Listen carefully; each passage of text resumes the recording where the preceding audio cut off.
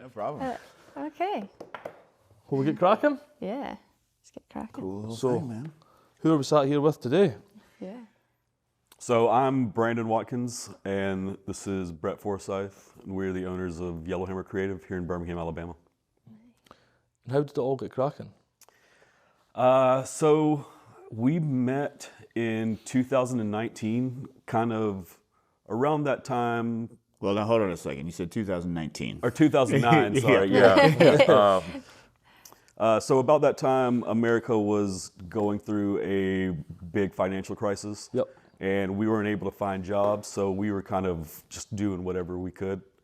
And we were actually both working at the same sandwich shop here in Birmingham. And we had mutual friends who had introduced us before. And so we just kind of both were into art and both were into show posters.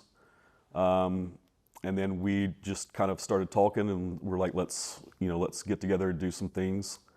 And so that turned into screen printing posters for bands that we were friends with. Nice.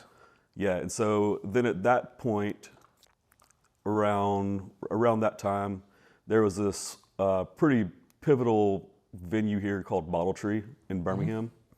And we were doing most of the posters for them. That's our music venue, yeah? Yes. Yeah. Yeah, and they were getting really big names coming through. And so what we were doing, we were contacting the managers of these bands and say, we want to do a show poster for you. We'll design it and print it for free. You sell it at the show and give us half the money. Nice. And touring bands, it was free money for them. So they just kind of jumped all over it. Good business decision. Yeah. Easy business decision. So No risk, yeah. yeah, we used that business model, loosely say business model, for a number of years. We're still kind of using it to a degree, but from that it went into, people found out we were screen printing, and they wanted, more. They wanted T-shirts, they wanted koozies, and at this time we were doing it out of his basement. Nice. So we were in his basement for a good 3 years, 4 years maybe. Yeah, 3 to 4 years learning how Yeah. to screen print. So we'd each gone to college and liked screen printing and were very interested in it as a medium, I guess, for visual art. And my school didn't have it, your school didn't have it, and then the show posters kind of had a resurgence in the OOs, and kind of, so I was going to a lot of concerts and you were going to concerts, and we'd get show posters, and I had quite a lot by that point. So that's what I wanted to learn how to screen print for. So we just kind of got some supplies, and we're like, this will be easy. And our first time, we almost had a fire. Well, it was like a smoking fire thing, trying to set up a screen. Yeah, it was in right. my apartment, and so it was real cramped, and we didn't know what we were doing, and we just burnt the hell out of it. Yeah.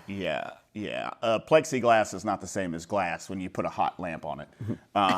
It will melt. And then, it's also weird because it was before YouTube, was so huge, and you could learn anything and everything on YouTube. So we went through, 3 or 4 years at my house, about 3 days a week. We had the sandwich shop job as a secondary job, and then we each had full-time jobs at that point too. So we were working, 3 jobs.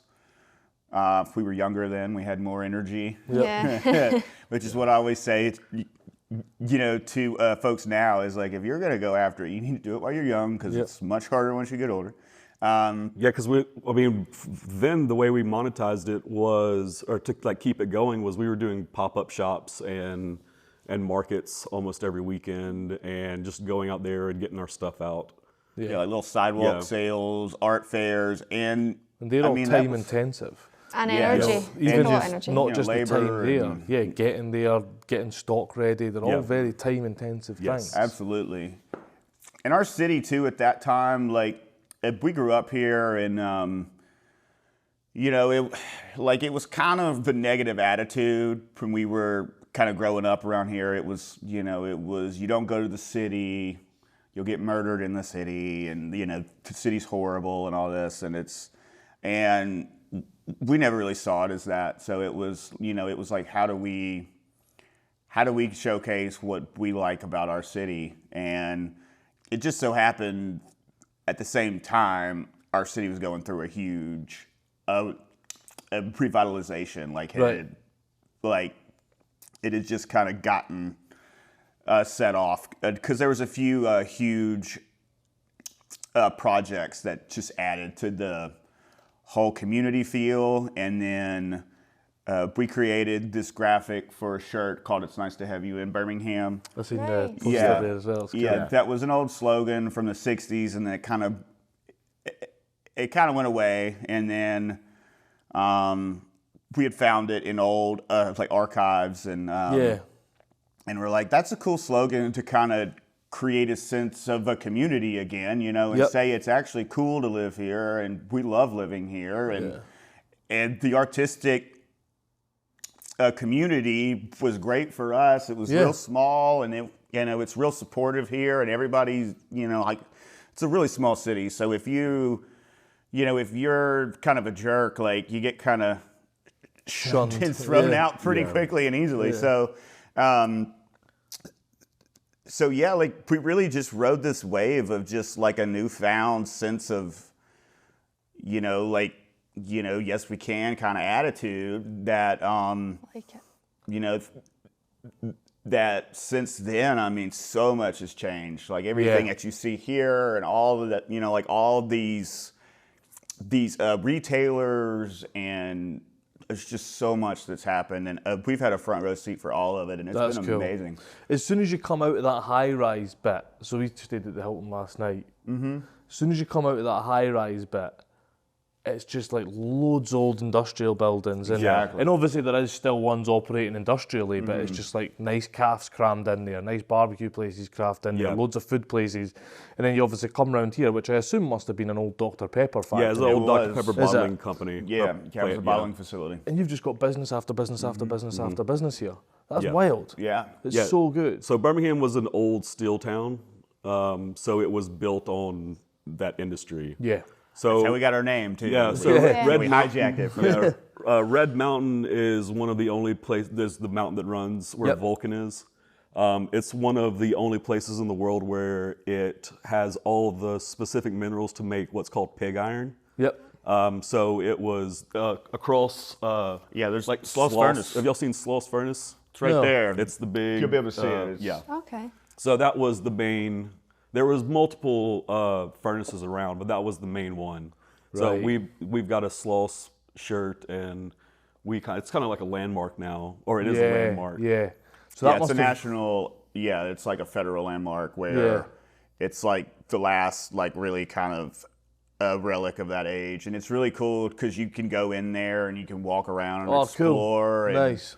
it's a really, really cool. Yeah. It's a really cool spot, and they also have a robust metal arts sort of a program. Cool. Okay. That just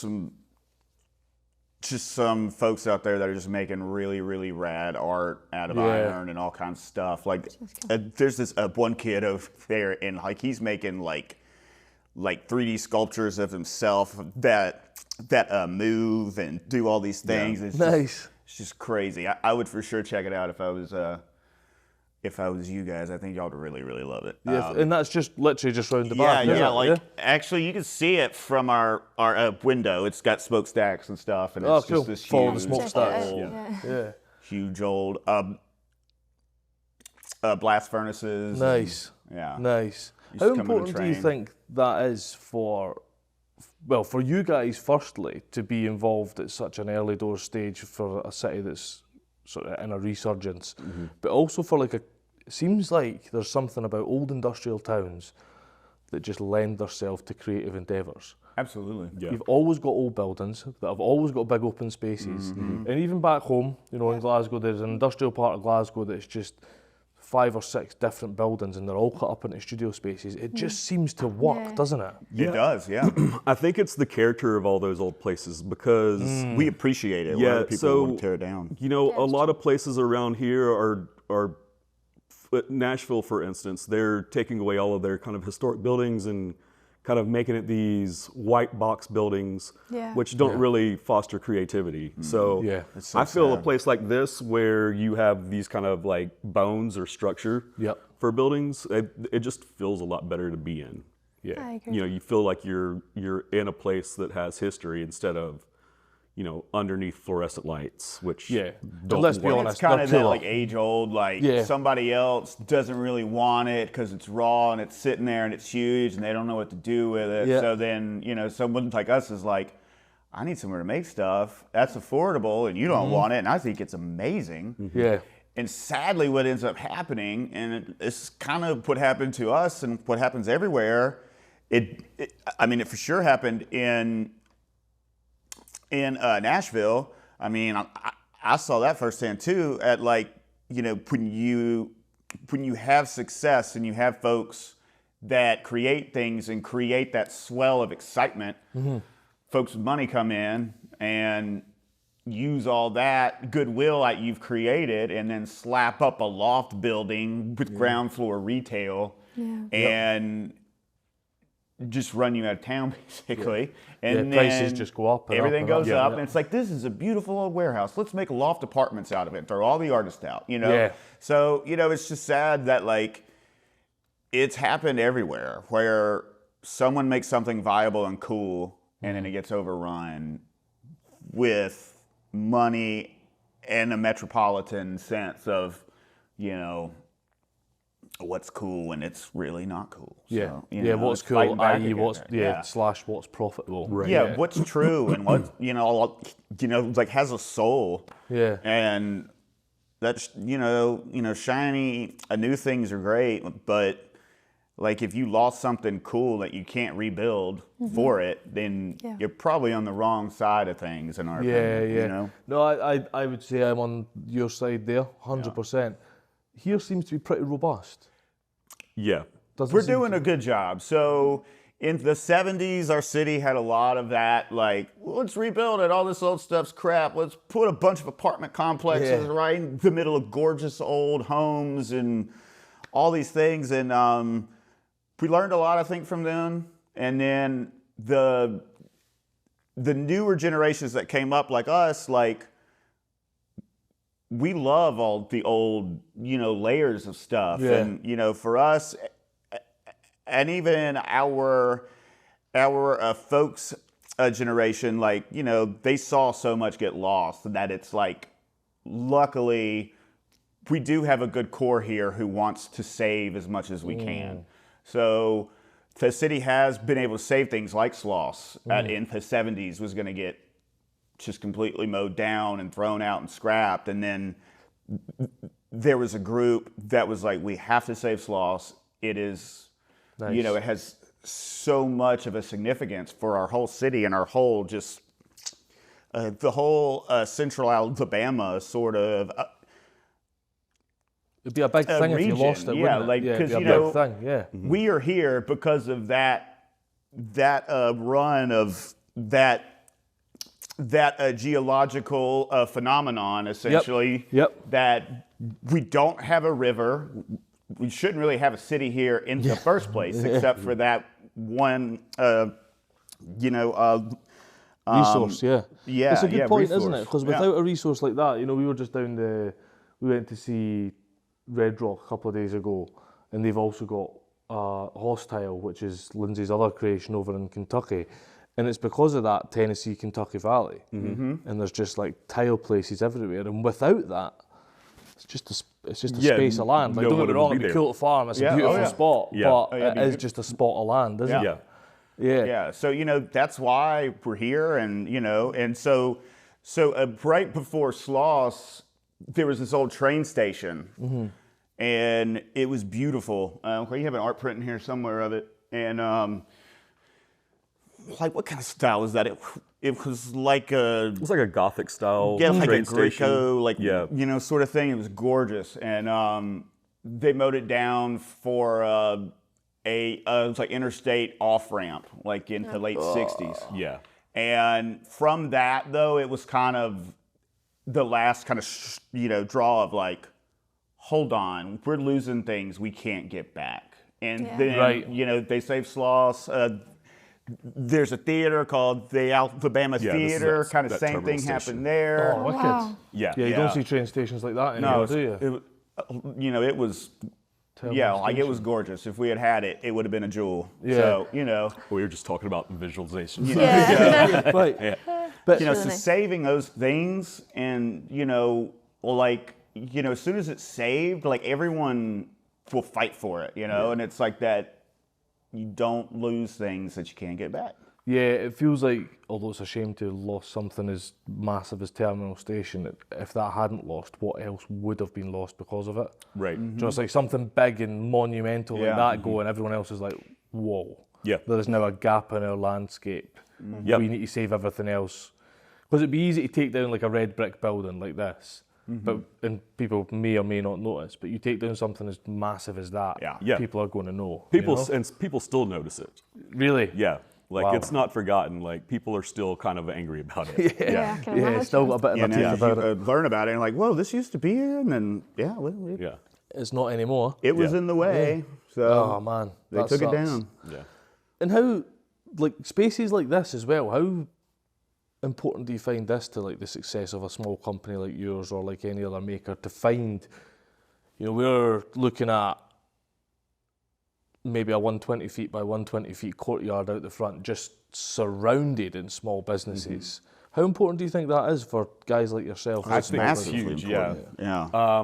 So, what kind of sets us apart as small businesses is we don't have that corporate money coming behind us. Yeah.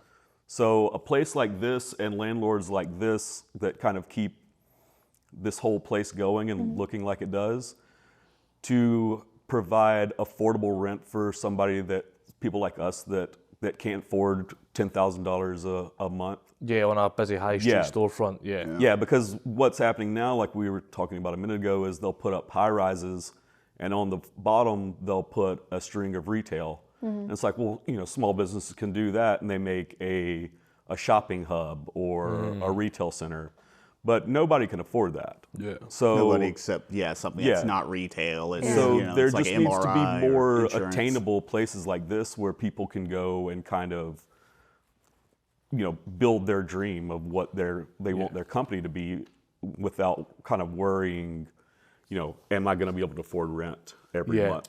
Yeah, like you need supporters who actually have the money and have the land and, you know, the room to understand and to help kind of, kind of support that. And where we are right now, this complex was kind of, so it got renovated and repurposed a little over 20 years ago, I think. And the farmer's market that's out here is about 20 years old. Wow.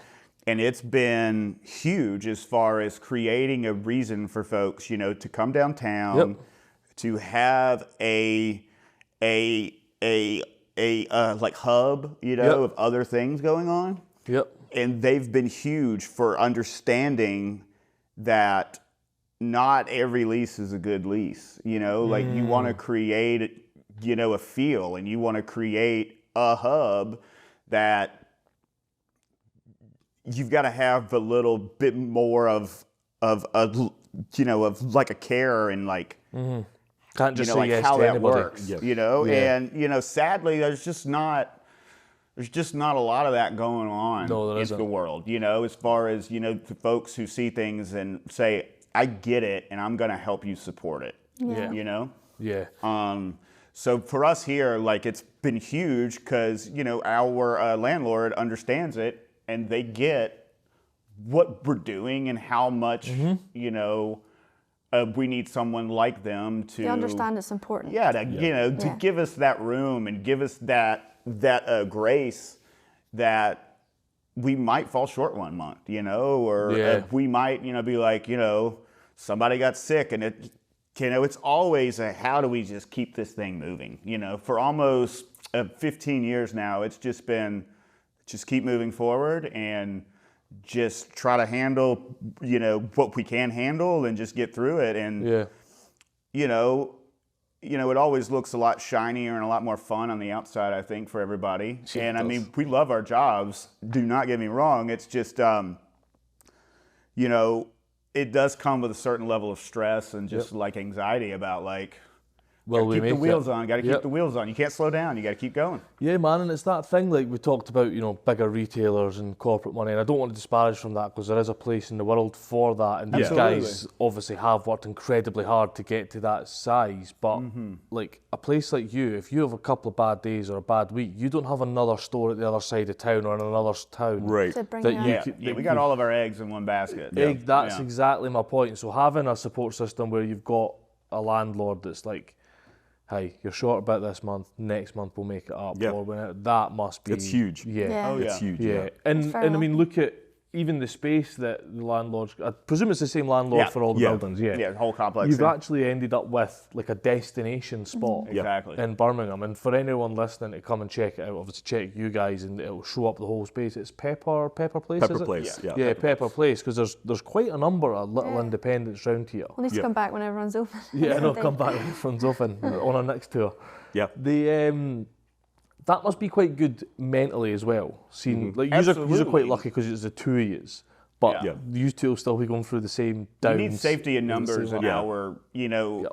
so in our world, like for years, we operated on a like island where like you had to know about us and you had to come and find us. And we moved in here right before COVID hit. And, you know, the whole idea of your, like, you got to be found, you know, is somewhat cool. And during that time, social media had so much more of a reach where, like, Yep. we could share online and, you know, they would find us and come to us and be like, is this where I buy y'all's t-shirts? And we'd be like, yeah, this is it. Yeah, it's a I know it doesn't look sketchy like much, looking but building. yeah. And like the last couple years, especially last year, like social media has just fallen off a cliff where Yeah, it like has. our followers are not seeing our stuff anymore. And we put so much into social media because when we got started, like Instagram came out shortly after, and we ended up writing social media for free marketing and free reach for Yeah. a decade. Yeah, it was And the only advertising we The party's we over, did, yeah. unfortunately. So now it's, like, how do we get back in front of people? How do we sync up with other people who are here and create that sort of a hub where, this complex is not an accident, that, it is somewhere to go and see different things. And, without the foresight from the landlord to try to create that sort of a space, doesn't happen. So like, we have folks come in and be like, we're gonna redevelop this whole thing. It's gonna be shopping and retail and all this, and it's gonna be a really high foot rate, and then nobody's interested, and then they're like, I don't understand. It's like, because you don't understand how it actually works. Yeah. Like, so it's just that, everybody's got to get it, and unfortunately, not everybody does get it. No, we know. And again, that having so many people here, and although everyone's reach seems to be bottom of the pile at the minute, it's really annoying, because if you're trying to do something cool and something good in the world, your reach is at the bottom. Yeah. Whereas if you do a stupid dance or a stupid video, your reach is Right. through Yeah, the we're roof. learning You we make got to do millions. other silly Yeah. things that I get was the just looking at- views and Yeah, I was you looking at know. ours there, just as you mentioned it. So our reach is down by about a half, and they're like yeah. 87% of it is from ads. Like 98% of our reach Yeah. used to be just organic. Yeah. Just 100 at one people point, scrolling, 100%. yeah. Yeah. But we actually have to put ads on these days, otherwise what we're Nobody doing, like, sees anything. no one sees Yeah. anything. Yeah, we spend Yeah, and it's we spend getting- an inordinate amount of money on that. Like Yeah. it's just silly. Like if we could not do that, it would be. Well, of course. It'd be great. Yeah. Well, you might actually get a wage out of it for a Yeah. start. Yeah, Yeah. well, they figured out how to monetize it. They, Yeah. we were making money off of them leaned on not it. making money. And Yeah. And the model for them is just like a continued growth sort of model, which is like at some point, like, who else can add Instagram? Like, it doesn't already have it. That's like, oh, we need new accounts, we need new subscribers, Yeah. we need like Like, it's pretty standard. like Everybody's got an Instagram. That's not Yeah. it's not a sustainable model. So then it's just like run more ads, run more ads, run more ads. Yeah. Like what's everybody else doing? Well, let's rip that off. And it's just like just give us Instagram back. So, you know, for someone like us that just has a visual thing, you know, it was such a good social media platform for us that just let us have Instagram. They can have Facebook. They can have whatever else. You can have everything else. Just give us Instagram. Yeah. Do you think there's space for something else in the market? We were talking about that. I definitely now, since everybody's kind of getting pissed off at Instagram, I feel like there's a small business platform where I'm surprised it hadn't happened yet, honestly. Yeah, don't know I think something's brewing somewhere. You know, like why can't somebody just make a fake Instagram and we'll all just move over there and just not It's be just jerks obviously about it. Instagram has the backing of how many millions of people. Like, how does one person recreate that? It's like a whole new business again. You need, and like when you everybody's started, you upset need to get with people through the door. Yeah. But you're right, everyone's upset with it. Like every maker, Like and it's annoying celebrities because who it's have so good. Yeah. It's just tipped one step too far in the wrong direction. Yeah. And if it just Reels, came back no to that reels. step, Yeah. Pictures, no pictures, and you're like, Yeah. whatever. You know, when Kate launched the first edition, we kind of delved into ads and we're just boosting posts, and it was like you put £20 to boost a post, and it was returning like £40 in sales. So I was like, right, let's put £40 on. It would return £80 in sales. Like, let's put £100 on. It would return like £300 in sales. And so and so and so. And it was up to Christmas, so there's obviously like a bit of credit because it's coming up to Christmas. And we were getting to like north of £300 just putting it on sales, and it was returning like north of £1,000 in sales. I was like, we've nailed this. And then they come pulled the rug January, it just went through the floor, and I was like, oh God. Yeah. I was convinced I was retired. I was like, We did it. Yeah. Kate's Quarter going to be one keeping me. for us every year. It happened again this year, and we were even ready for it. A sky falls in our industry. Yep. It's just are we going to see the sun again? Like, are we going to make money again? It's Like, rough, man. You know, like what's happening? And every year we're like, we're going to have a plan next year. We're going to have a plan next year. And we had more of a plan this year, but like, it's still just like, you just got to go into it's like hibernation and just get ready as far as like, okay, spring, summer, what are we doing? Yep. And Put try money to in the bank. utilize it more to get ready for what's coming. Because, man, everybody quits doing everything that they were doing in January, February. Yeah. You know, they don't want to spend money. They don't want to move anything forward. Like, it's just, and then the sun comes out and everybody's like, I got this event coming up. I got this. I need shirts for this. I need this. And you're like, oh my God, what? Okay, hold on a second. Could we have spread this out across 3 months instead of 2 weeks? You know? Yeah, like where were you the last 2 months? Yeah. We could have gotten a jump on this. And now you're like, I waited too long. That's my bad. And it's like, you know, because everybody's just in that, you know, sort of funk about, it's cold outside. Yeah, man. The holidays are exhausting. Yep. You know, seasonal, just, you know, and yeah, like it's just that thing. Like you just got to be ready for it and understand that it's coming. I mean, I had a conversation with our UPS driver a few days ago, and he was like, "It's the same thing for us. Like, really? you know, everyone ships so much, and then it just drops, and then it comes back up. So it's like."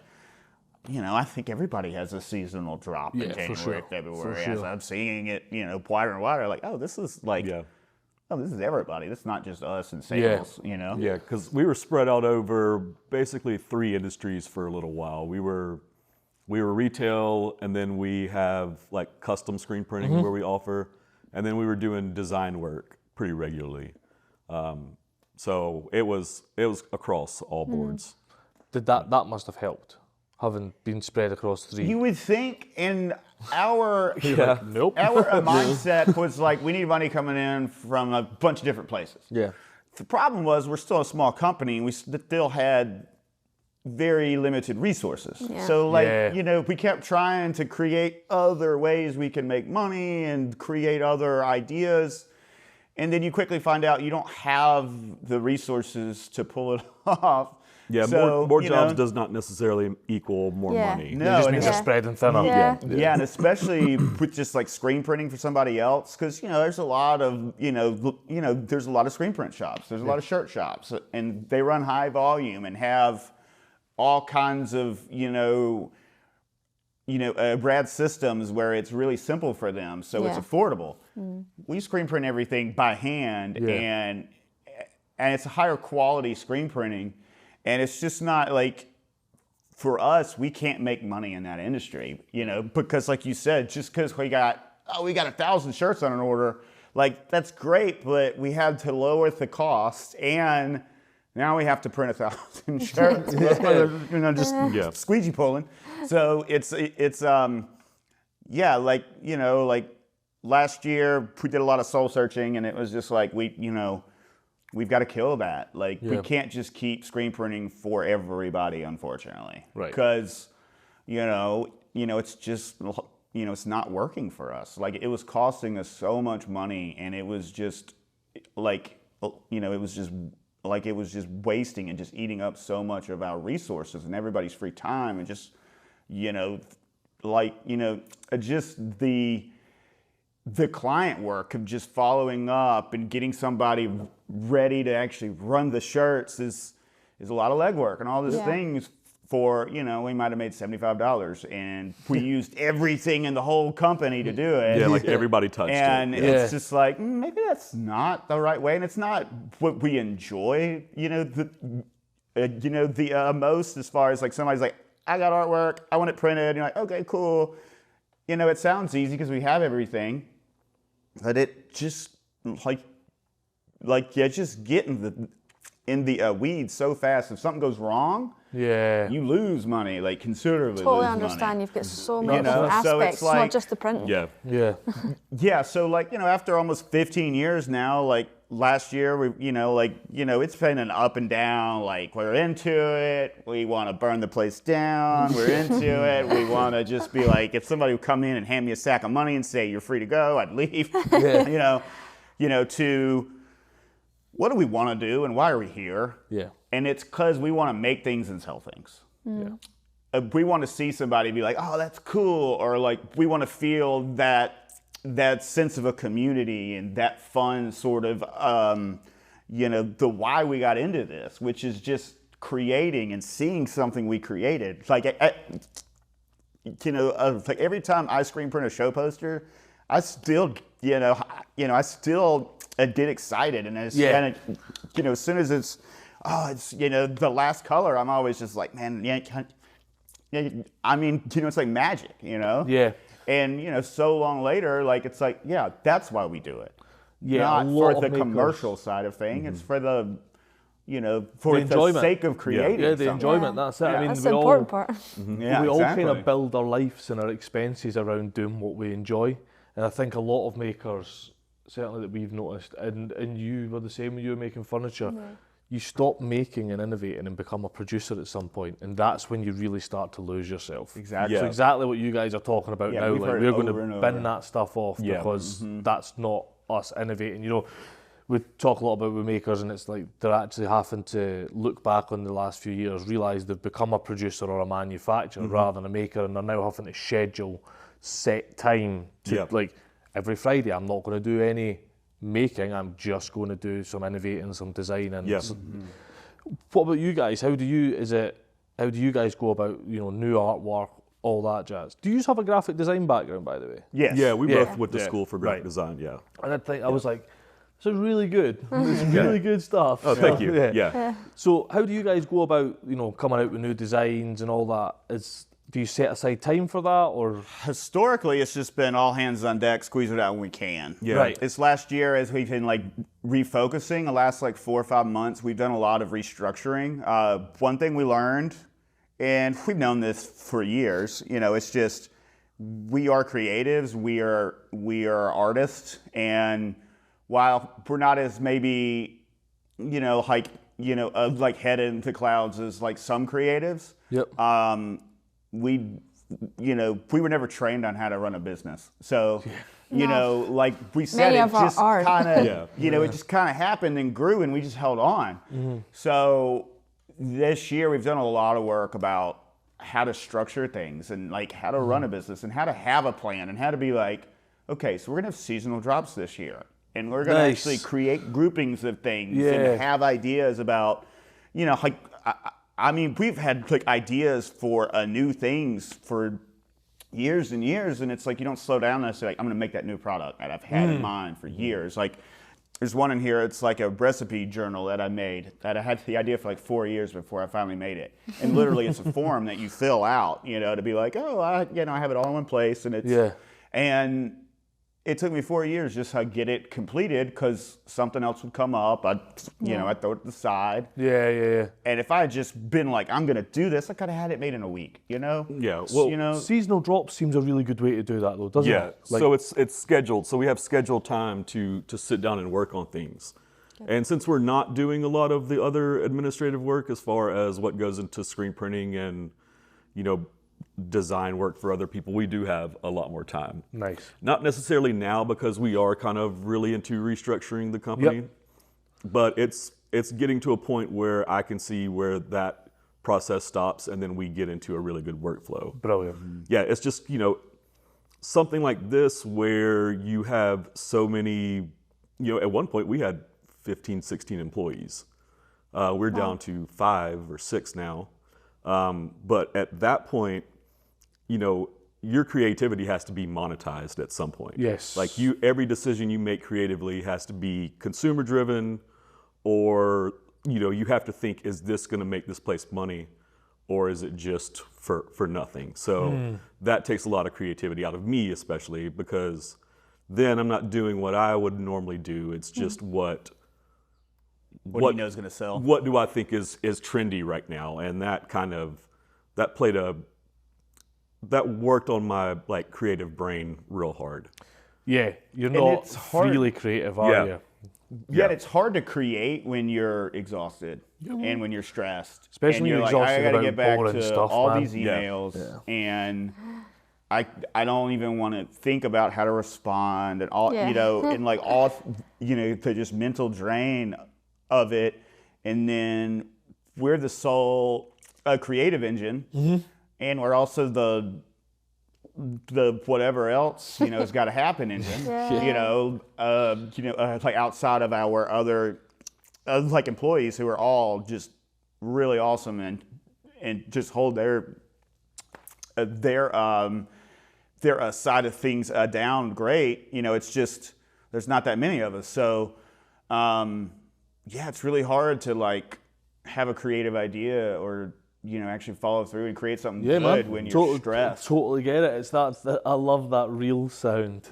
Go back to Instagram taking over. I love that reel sound. It's like, if you don't want to work a 9 to 5, work for yourself. You'll just work every hour. And it's but you're always on. You're always going. And it's exactly as you say, is when you're exhausted, it's very different from being exhausted creatively. When you're just exhausted with the admin or the business or So what have you guys built in to help you deal with, say, the admin side? A lot of people seem to be learning in this season of being a maker, a lot of people seem to be learning that there is stuff you can ship out that's not your... We're learning how to let go. So hard, though, a lot of delegation has been involved, and we've always been really good at hiring people who are smarter than us at different tasks. So we have somebody that handles our finances. We have a retail manager here. We have a marketing manager. And then we just kind of let them do what they need to do. We're here to kind of, oversee everything. But I know that, our retail manager came from, 15 years retail experience, and we just ran a shop out of our, we were slinging stuff on the sidewalk with our retail experience. So, the reason this place looks like it does is because they're a lot better at it than we are. So, seeing something like this do well and knowing and having the confidence in my team, it works out really well. It's really important, isn't it? Finding those right folk. Right people in the right spot. And, we've been really, really lucky to have a lot of great employees through the years. And, some of the ones we've had now have been with us for years and years now. And, it's just, you've got to, unfortunately, our employees have to learn to kind of work the same as us. You're in a small company, it's going to be stressful, but at the end of the day, they all enjoy working here. And have left other jobs that maybe they could have made more in, but they didn't want to. That's quite empowering for you guys. That's cool. Work for those kinds of people anymore. So. So there's that, which is always great, and you feel good about that, but then you also feel like, God, I wish I could give you more, So then it's just you want to see it work for them just as much as yourself, because, they're giving it everything that they have to. Yeah, that's really important, finding people that they've got as much passion. Yeah. And our shop manager, she ran her own shop for a while. It was an amazing shop. It just didn't work where it was.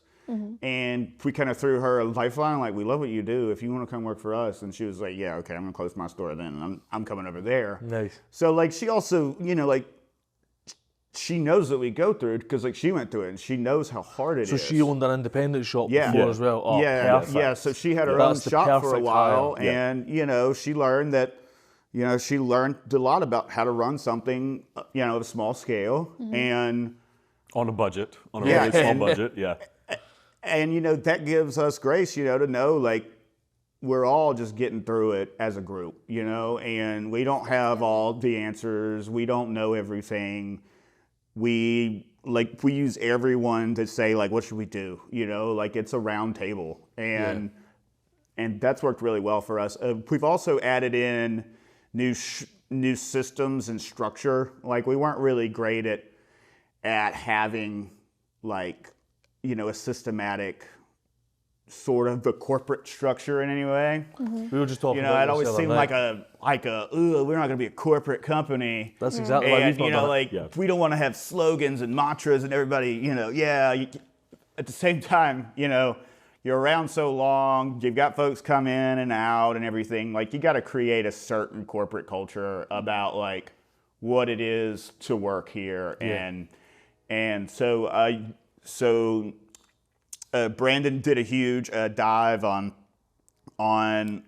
like implementing a new system of us having a meeting every week and just having that really good open lines of communication and having everybody follow up on everything. And it seems like so simple and so obvious, but we were always running on that, like, we're not a corporate company. We're having fun, and we're and then 15 years came around, and we're still tired. Doing the same shit that we were doing. Yeah, and kind of. Yeah. There's a reason corporate companies do that. Yeah. Like, at some point need you got to have things written down as far as how do you do your job. Well, here it is in a book. We didn't have. We don't have any of that. So we're just now getting it all put together as far as, like. Totally agree. Yeah, 100%. We were having this exact conversation last night in the drive down, weren't we? It's like, because things are getting missed. Like, I'll miss something, Kate will miss something. And it's not because either of us are people that miss stuff. It's because there's so much going on. And we've not physically wrote down, like, these are the jobs that need to happen. We just think we know them. Yeah. Jack works full time. Yeah, so like, for that, like, we walk around with this company in our heads and have for so long, we never wrote any of it down. It was just, we knew, like, and for some reason, we've worked great, as, generally if somebody has, like, we've got the same roles, the same everything, it usually doesn't go well, And, we've had our, our highs and lows, but almost always it's come from just not communicating, and, that just, like, I'm going to talk to you right now, and that attitude, and, like, that's not good for anything or anybody, No. So it's just that, like, there are certain things that really go a long way just, to make sure that, like, everyone's in and everyone's on the same page and everybody's moving in one direction. Yep. And you can't just, we might share a same sort of vision in our heads and we get it, but if we're not sharing it with everybody else on our team, it doesn't matter. Then it's a whole different world. What are we doing? So that's been really big for us. Is kind of making sure that we're communicating more with our employees and kind of letting them know what's happening. As opposed to us going outside and talking because there's no space to be alone. We just kind of get everybody in the conversation now.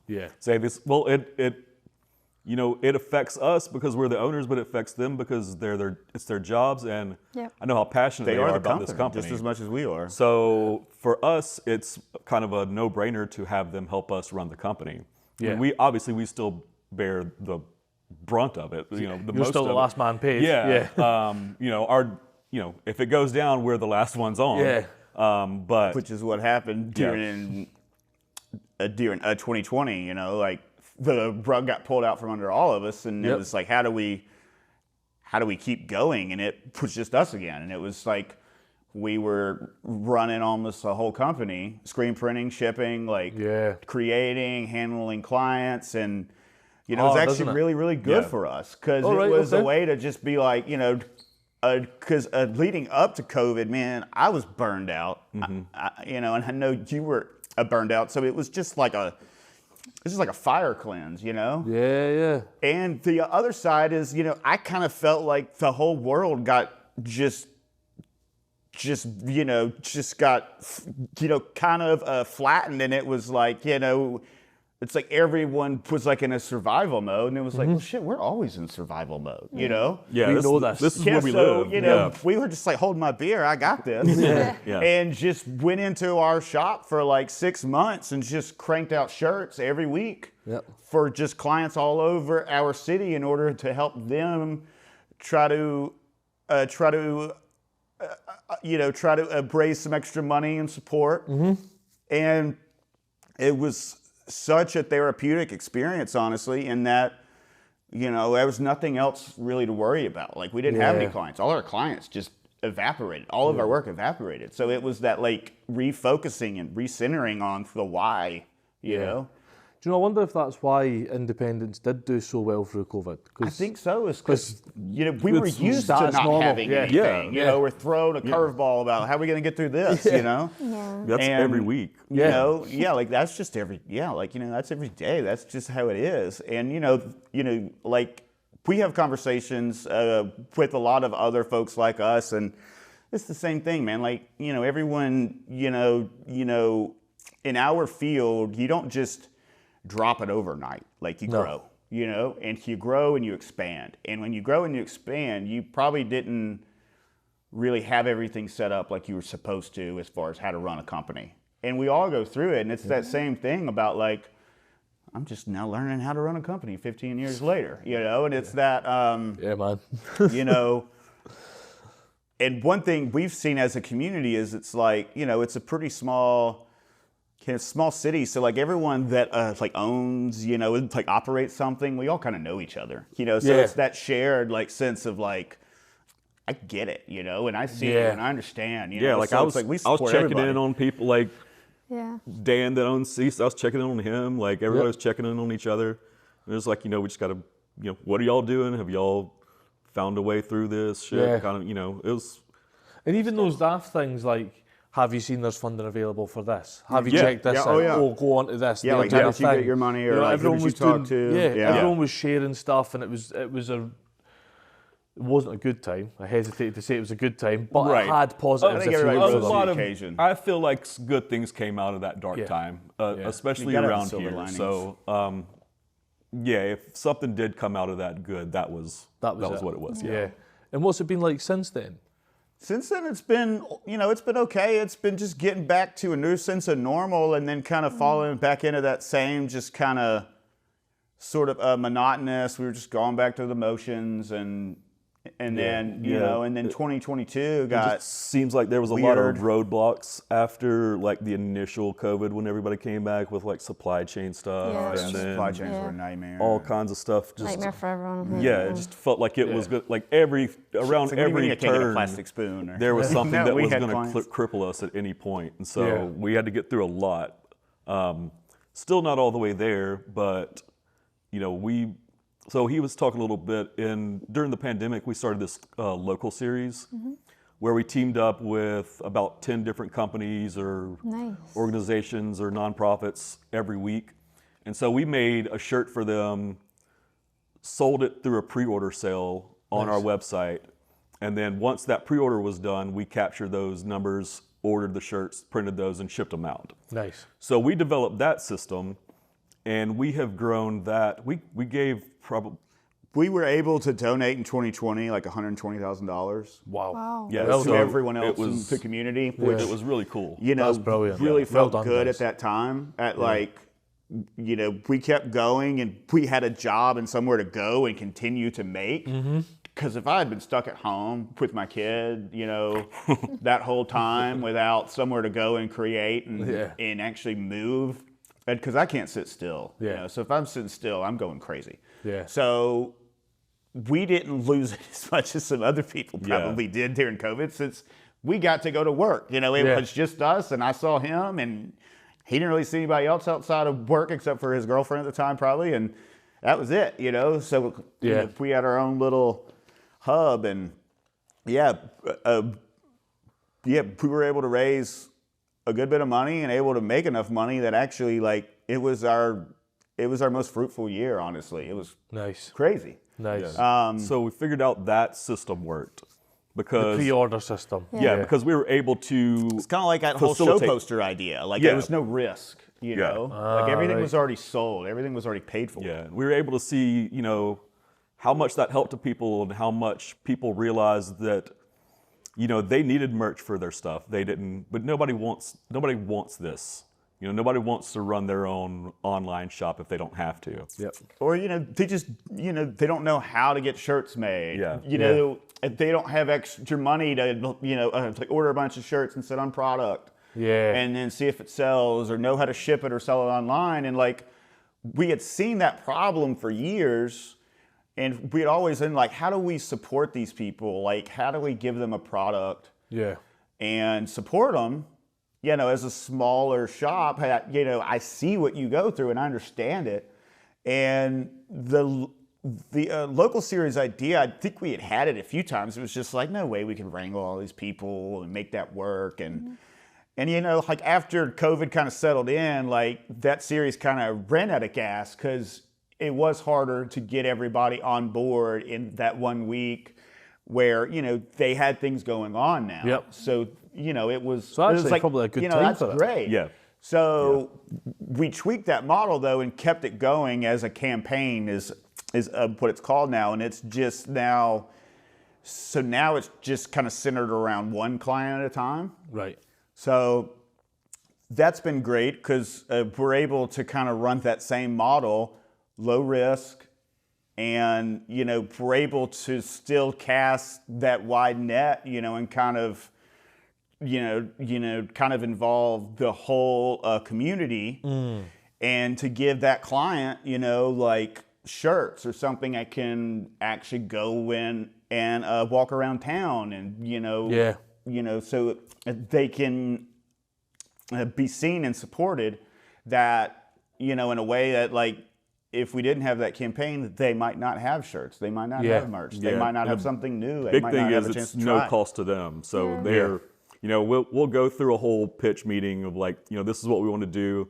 And they're like, you know, we love this, we love you guys, but, you know, how much is it going to cost? And we're like, well, it's nothing. Like, you just get a donation at the end of this. And they're like, oh, well, We split it 50-50 we're at the end. cool. Yeah. And it's like, oh. No brainer. They're right. Yeah.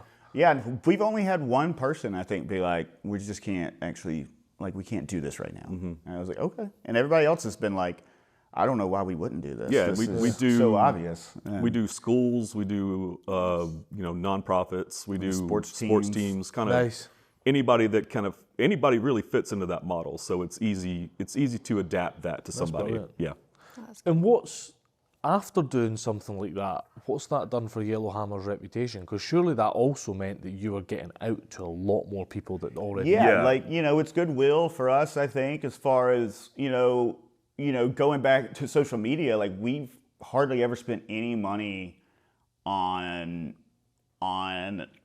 marketing or like advertising. So things like the campaigns, and we have a community like events that we also run. You know, that's kind of our form of reaching people and kind of growing our network, is actually creating work for them and not running ads or the like. And it's actually worked really well for us. I mean, we've always been more of a grassroots, word of mouth kind of company. Yep. And, you know, we go everywhere around our city and we say who we are, or what we do. And I mean, it's very rare somebody hasn't heard of us, which is, which is nice. It's also a little, sometimes it gives me, anxiety, because it's like, oh, you know something that, already about me. Yeah. But, What have you heard? yeah. And I mean, it's usually glowing. So, I mean, that makes it all worth it, that, like, you're getting out there and you're known for the right reasons, that you're out there supporting everyone else around you is huge. Like we said, it's a small city. So like, if you don't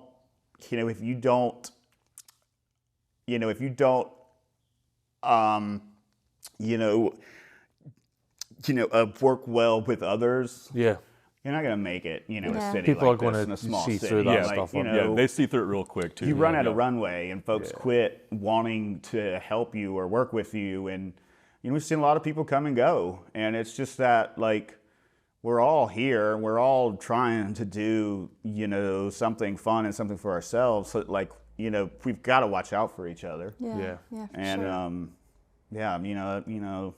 That's been huge for us. So you talked about a lot about, the locality and people knowing you really well locally and the social media side of things of that. What's your customer base like out with Birmingham or even out with Alabama? We ship all over the country. Yeah. A lot of it's, I think, transplants. Mostly and things. Alabama transplants. Or people sending things to loved ones. Our shirts have gone over. Nice. All over the world. Folks will send us, photos of, look, I'm wearing your shirt in wherever in the world. And that's cool. Yeah. I think we're more known too in the show poster world. Right. Because we do a lot of show posters for people like national tours, and so in recent years we've started putting our names on the posters on the bottoms. Yeah, I've seen that on them there. Yeah. Because we were doing a lot of work for a lot of people, and nobody was really knowing who we were because we're not, braggadocious. So we're not going to be like, oh, look at all this stuff that we do. We just kind of get it out and get it done, and then move on to the next one. Yeah. So putting our name is probably what we should have been doing. Yeah, for sure. Yeah, we were always a little bit more like, we don't want it to be about us. And as we've gotten older and realized, like, there's a certain level of self sort of awareness that we have to maintain, that, like, you do need to know where it came from. Yeah, there's people want to know, like, that's cool, like, I want one. I wish makers were more attuned to that. There is obviously some that are very attuned to it, but there's the majority of them that are not tuned into that at all. Like, it's why we concentrate on people's story. People are buying you guys. They're not just buying what you do. They're buying you guys. They're buying, like, hearing the struggles, that's what they're buying into. Yeah. Have you noticed, has it been quite recent that you've started putting the name at the bottom of them? Have you noticed an uptick from that yet? It's been a couple of years, and we did it sporadically when we were first getting started. We've always had a rubber seal stamp on everything. Yeah. It's just on the flip side. Right. So if somebody ever framed it or something, it's just like, it's not there. Out of sight, out of mind. So is that, like, maybe if it's a large band, like a really well-known name, we should put our name on the front of it? Because it's going, like you were saying, like, we've been doing show posters for national artists who go to a bunch of cities, and it's our poster. So it's like, they don't know who you are. We might as well put it on the bottom there and make sure they know. So And would you say the show posters is that's your main thing, isn't it? well, it's our main love. It's not our main source of revenue, unfortunately. Right. It's this retail shop is the main thing that we do now. With regards to product line, what does your product line look like for a start? Because we're obviously sat in your retail space, and for anyone that's only listening, it's decked out with cool stuff, Yeah. So what does your product line look like? It's mainly shirts and art prints. So while show posters aren't, a huge aspect of what we do, flat stock, which is what we call it, is just general like affordable art. Yep. We do like hand screen print. Yep.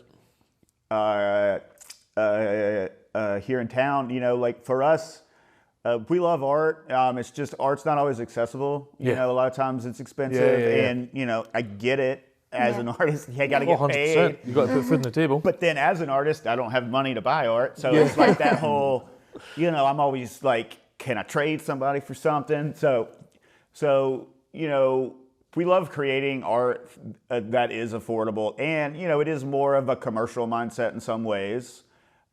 We do have a souvenir shop in a lot of ways. It's a good showcase of our city, and we love that. So yeah, I mean, it is mainly shirts and apparel and flat stock of, of some flavor or another. That said, we do have other vendors in here. We, we got our start on sidewalks and in art fairs and things. So it's important for us to use what we have to then, try to allow others, an opportunity to showcase what they do. So, we've got other makers in here. We're really in tune with that and trying to support them and showcase them. We also have markets that we run here. So we have a night market, which is essentially the same thing as the Saturday farmers market, except it's not farmers, it's everybody else. Nice. The farmers market's great. Like we vended out there, other folks vend out there. It's pretty early, so it's 8 to 12 on Saturday. A lot of creative types and younger folks maybe aren't up and at that market. Yeah. So the night market's been great for us because it's at nighttime and it's a bunch of vintage resellers, artists and crafts, and makers and food makers and all kinds of stuff. So it's sounds fun. So it's been great to kind of create that sense of community as far as getting them all out there. The amount of folks trying something on the side here now is so much more than when we got started. That like so much so it's like we need more markets, we need more dates, we need they need as much like access and exposure. I think we have 54 spots out here that we run, and it gets filled up within days of us announcing. The last market we sent out to the vendor list and the wait list, and it was full within 48 hours. Wow. So we didn't even announce, so it's like that's great. There are folks that aren't getting in, so it's that, you need opportunities. Yeah, a need for it. Yeah, and a need for it. You're exactly absolutely right. So, I mean, probably 95% of what's in the shop we made. And, that's great for us, but, we really do want to expand what we sell in here as far as other folks around town. And, we're always trying to add as many things as we can in. It's just, it kind of comes with the whole, if we make it and sell it, it's a much higher sort of a margin for us. Yeah, of course, yeah. And, unfortunately, there's only so much money we can actually buy other vendors work with. And then all of our employees are all creatives and all have their own side hustles. That we have candles in here somewhere that our shop manager she makes with her husband. We've got ceramics that are our finance manager. She's like an amazing ceramics artist. Our screen printer. She makes art and she screen prints. She loves screen printing. She's got some items in here and that's great. Soap we've been selling. Yeah, we try to left-hand soap kind of act as a years. hub for the community artists. So we try to work with that. We just did this artist series where we brought in 6 or 5 artists and screen printed their stuff. And that's awesome. Just a way for them to, because they don't necessarily have outlets all the time to sell their stuff. So we have this platform. That's a great wall, eh? Yeah. That is a great wall. Yeah, and it's really eclectic, it's wide range. Remember to take a picture to post, but that is a great wall. Yeah. I want that wall. Yeah, so just providing opportunities for people like that, we get more in here, and it helps build the community. Yeah, of course. Yeah. And again, it's that kind of the grassroots, like social's not working, so how do you sort of engage other crowds and other avenues, and we know there's all kinds of great folks around us that, are our friends or, folks we've seen on Instagram or social media and been like, man, I love their stuff, I want to print it. So it was just kind of like again, like we've had this idea for years. Yes. And finally it was like, let's do it. And January and February, it's always slow, so it's a great time to like, let's just print a bunch of posters. Let's just get them out. Yeah. And it was amazing. Like, you had an opening for it last week, and Yep, it's good. you know, it was good. I mean, one other thing we've had too is just community art shows that are just it's like open show for anybody and everybody to submit their artwork, and it usually has a loose so it usually has a loose sort of a theme, and it's whatever you want to make. And it's been great because, like, you know, you get people out who, you know, have never shown anything and are really into it, and it's just, you know, it's always so great to see that excitement about somebody who's like, I get my chance, you know, to show what I do. Yeah. And, you know, and it's just that, you know, it's just getting people involved in, you know, like in the arts and creative. You're building their confidence up as well. Exactly. Yeah. And we had a 5-year-old in one of our art shows, and she sold Nice. all of her She killed stuff. Yeah, it was great. Yeah. That is She was good. very excited. So And then- I loved that. Yeah. Do you think you guys had the same opportunities when you started, or do you No. think do No, you I don't think that's so. why And you I do this? think that's a big Yeah. reason. Yeah, like, I mean, Especially being in Alabama when we grew up, there was no access to art. yeah, we were basically. 90s kids. Right. Yeah. We were, I mean, you know, the support for you being creative and being unique was not really there at that time. Yeah, and being from the South, you know, you think of art as something that's happening in New York or Los Angeles or, you know, in Europe. You don't necessarily think about artists that are coming from here, when in fact they're magnificent Loads. artists from We have from such Alabama. good art now. Yeah, Yeah, And it's so I, been overlooked for years. I started subscribing to the Texas Monthly and the Bitter Southerner on their online digital side of stuff, and it's getting there. But Yeah. if you Yeah. scroll Oh, yeah. back, Yeah, we're it's finally very getting to clear do that it just wasn't there. Like, art was seen as like good barbecue and music, Yes. and now it's seen as like the physical, tangible Yeah. arts. If you guys didn't have the, or actually before you guys had this space, how did you get your stuff out there? Because I think what's really important to people listening and watching, like, it's screen printing, but we can all order screen printed stuff based on what we see on the screen. We kind of suffer with this as well. It's, you know, actually having it in your hand, that's what's selling it. Right. However, the opportunity to sell it is online. Yes. How did you guys? So we've always had a shop. I use that term loosely. Yeah. Yeah. So even in our very first, it was like incubator space, Right. for lack of a better term, and it was Like a essentially shared an old workshop. shed Yeah. that we were in that had no sort of air and heating or cooling or anything, and there was a small room up in front of it, and we had a loose like shop in there. We'd go to shows, you know, like we said, sidewalk and art shows, and yeah, like, you know, someone seeing it and feeling it and seeing us and meeting us, like, oh, y'all made this. Like, you can't get that online, you know, and you know, social media was great for us because it got us in front of people, but that was just half of the fight. Like, you know, them seeing it and understanding, like, you made it is huge. So, you know, so we had that shop, and then we had another sort of office space that had another shop in it. It was another just room that was probably like 100 square feet. Right.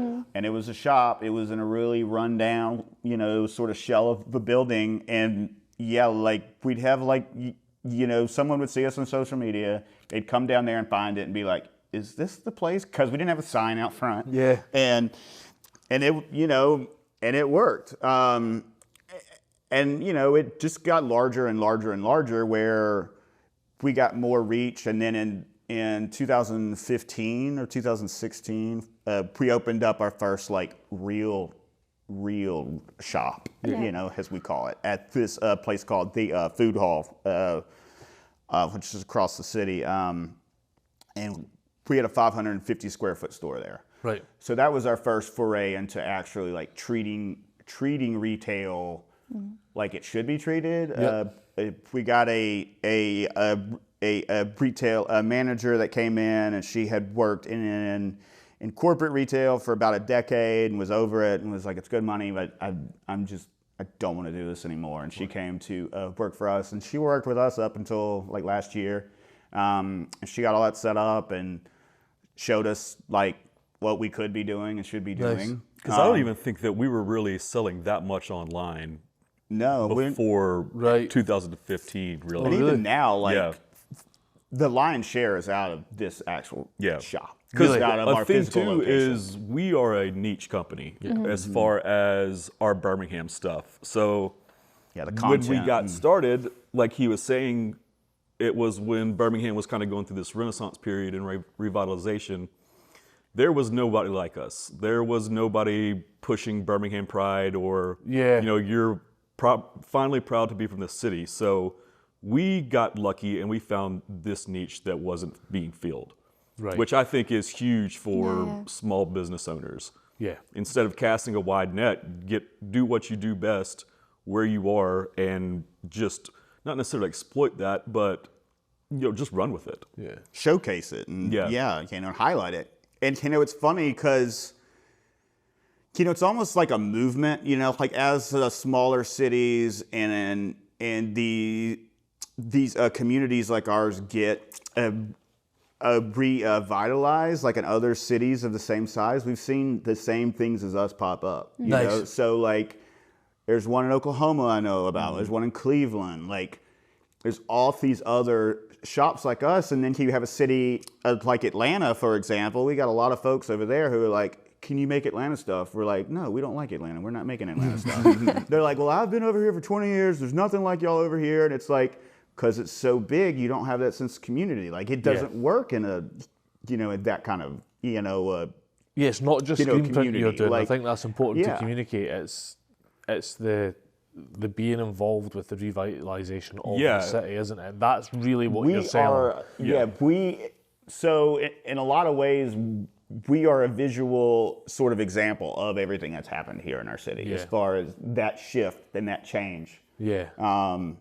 If you've done Atlanta stuff, it's just another screen printer. It doesn't fall flat. Yeah, it's just another screen printer, isn't it? And there's loads of them online. Yeah, us being as small as we are in the small market of Birmingham is why we are still here. And we're good at what we do, but, where we are and what we do has a lot to do with it. Okay. Yeah. Right. We get asked a lot, like, I want it to look like a Yellowhammer design. Yeah. And for years, it was like, what the hell is that? And it was like, is that like a retro throwback vibe? And it is in a lot of ways. But, it's that, like, when we make something, it looks a certain way because of the why we make things and where that inspiration comes from. And it creates this look that folks kind of see as a specific look and a specific idea, but it's just us, Yeah. So if we go try to do that for another city that we don't understand and have that same sort of, like, I know a lot about this city. I love learning about this city. I know it inside and out. Yeah. So I can, explain it and share it, in a way that if I go to another city and somebody's like, try to make Nashville cool, I'm going to be, I can't. Y'all ruin Nashville. It's not cool. Same thing in like Atlanta. It's like I don't like Atlanta. Like it stresses me out. So I can't make you anything cool because I don't have anything to draw on. Yeah, you've not bought into that. And we can share our, what this place is because it's what we know and it's what's inside of us and it's what. It's like surrounded us our whole life, and it's like that makes sense. Like how to showcase what's cool about it and what's interesting about it, and it's not just like a fad that's like that one shirt graphic. Everybody, I'm gonna tweak it and I'm gonna make one of those. Like that happens a lot, but that's a flash in the pan sort of a thing that we try some things here and there and kind of throw things out there that are kind of like a fad kind of thing. But the core of it is we make things that are kind of layered on top of the whole psyche of the whole like vision of our city. Yeah. Do you know what Yellowhammer reminds me of? What? It's like the Birmingham, Alabama version of Finished in Clothing, isn't it? Oh yeah, back home. Yeah, so Ross, our go-to clothing shop, come what's become a good friend. They don't do females' clothes yet. They don't do females' clothes. I'm waiting for it. Kate's not friends with them yet. But all of their T-shirts are based, and they are screen printed, but they're not doing the screen print, but they're doing bigger volume, and they're all based on like the old shipyards. Do you know, it's all that kind of stuff, and old shipyard posters, and even their new celebrating the area that he's in. Their wax jackets are the old tech camel that they used to paint on all the ships there. It was quite a prolific thing for the Clyde at the time. And probably not a lot of people know that. They just think, oh, that's quite cool. That's a cool and he's trying to tell this story because he does ship internationally. Yeah. And that's what it feels like you guys are. You're just telling the story. This just happens to be your medium. Yeah. You're just storytellers for the city. Yeah, exactly. Almost custodians of the city's heritage. Just this is what you're putting out there. Yes, we've been kind of seen as that for a number of years. And it's not something we don't want to screw it up. It's like we're seen as ambassadors of our city.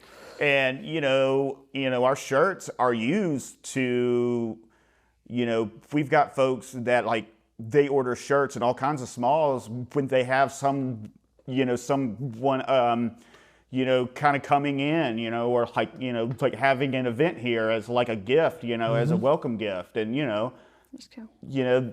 That's cool, and, that whole sharing, like that we make things is something we're trying to kind of move toward even more. That one thing here is, someone comes in and they don't know where it gets made sometimes they don't understand we make all of this stuff.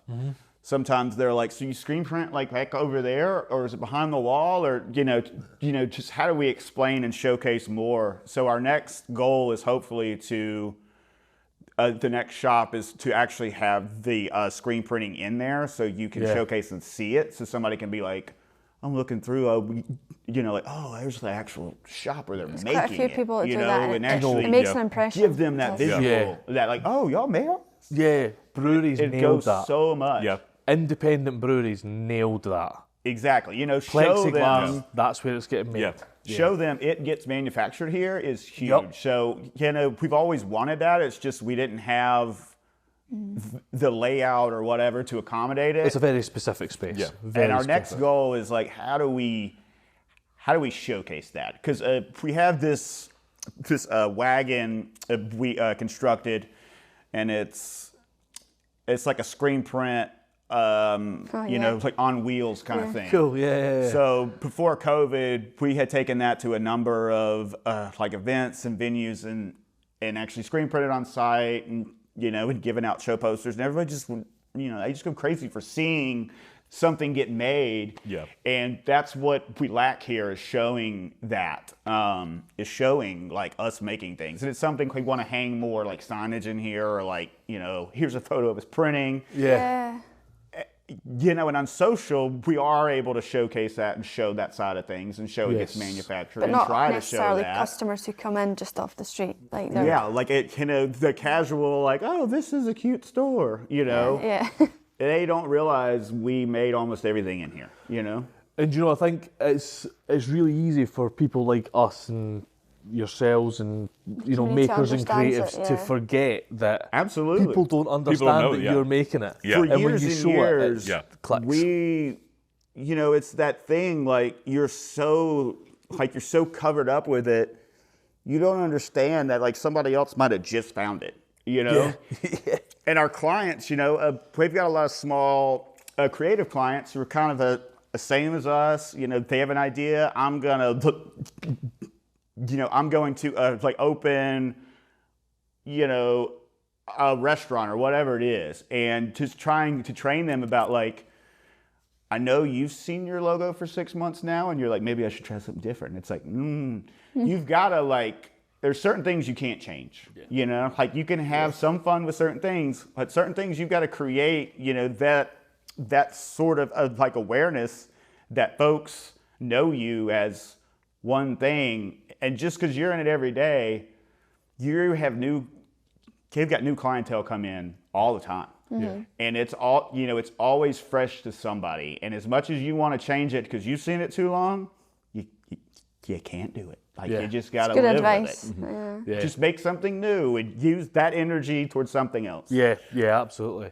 So when it can't- comes down to the nitty-gritty of it, who's doing the design, who's doing the making? Is it very 50-50? How do these all Yeah, work? we design- design yeah. everything. Together in tandem, do you? Would we have like a branding job or like a job that's like a little bit bigger, we'll collaborate. But if we do show posters, then we each usually do a show poster and send Oh, it to cool. them, Yeah. and then just let them pick. Nice. But And then shirts, kind of the same thing. Yeah. You know, like, you know, generally, you know, we'll show somebody like, here's a lot of options, and it's just like us throwing shit at the wall, Yeah. seeing what you like, seeing, you know, and then kind of zeroing in on things. But we both design, we collaborate a both fair amount, print but- too. We've got one printer right now that she's able to do shirts and posters. So we're also able to do shirts and posters. So whatever she's not working on, one of us can jump in and do it. Fab. Yeah. Yeah, we don't print as much as we used to early on, you know, which is just like, you know, it's just a thing about we need to be doing other things. Yeah. That said, every time I get to print again, it's always like, you know, it's like seeing an old friend about like, oh yeah, this Yeah. was good, you know, it's exciting, and you know, it's hard to find something that like can wear you down so hard, yet you still are excited when you do it. You know, and it's very, Someone it's said very to me- weird, you Yeah. know, in a way, like. Someone said to me, if something's wearing you down like that, if something's stressing you out, it's because you don't love it. If something's, I'm going to Good butcher. butcher this, but stress is if you don't love something. Passion's the same feeling as stress, but you love it. Yeah. And it was said way more eloquently than that, and it made a lot more sense. Yeah. But that was the. I that got was it. Yeah, no. Yeah. And that, I mean- that stuck. Yeah. Yeah, and you know, like we had a class come by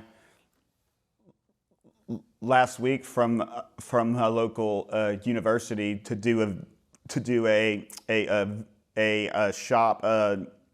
shop visit and kind of set with them for. I mean, it rolled on for a couple hours and just they had great questions. They were wide-eyed and interested, and you know, and just kind they of hadn't been you know, burned down exposing yet. They that, had been- you know, and. Dragged up. Yeah, and just, you know, like I try to be as honest with those kids as possible, is be like, look, if you want to go home at 5 and shut it off and go home and have your own life, do not run your own business. Yeah, there's jobs Like, for that. Yeah.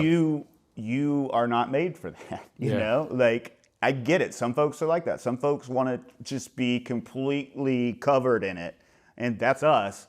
Like it's not for everybody. And you know, the younger generations nowadays. I don't want to seem like an old guy, but you know, everything. You're an old guy. It's all right. I'm getting there. You know, like everything, like everybody wants to just be a success overnight, you know, or just want something handed to them, and like, Yeah. I had a good idea and I just, I just blew up and I made it, and it's just like, if that ever were to like happen to you, it's gonna be a fast, a flame and gone. And Yeah, I do wonder all you this know, stuff that's out. Like, they may all be super Stair rich this week. Yeah. What about next week? Like, Yeah, you life's, better life's be a ready. considerably long time. Yeah. Yeah, know what I mean? that 15 minutes is quick sometimes, you know. So that whole, if you want to do what you love for yourself, it is a grind that you never sort of arrive, you know. Like that whole, we did it for years, for some reason, because we didn't know any better. I'm sure about like, if we just get this one thing done, then we'll be good. Yeah. And it was always just chasing that one thing that was going to make it.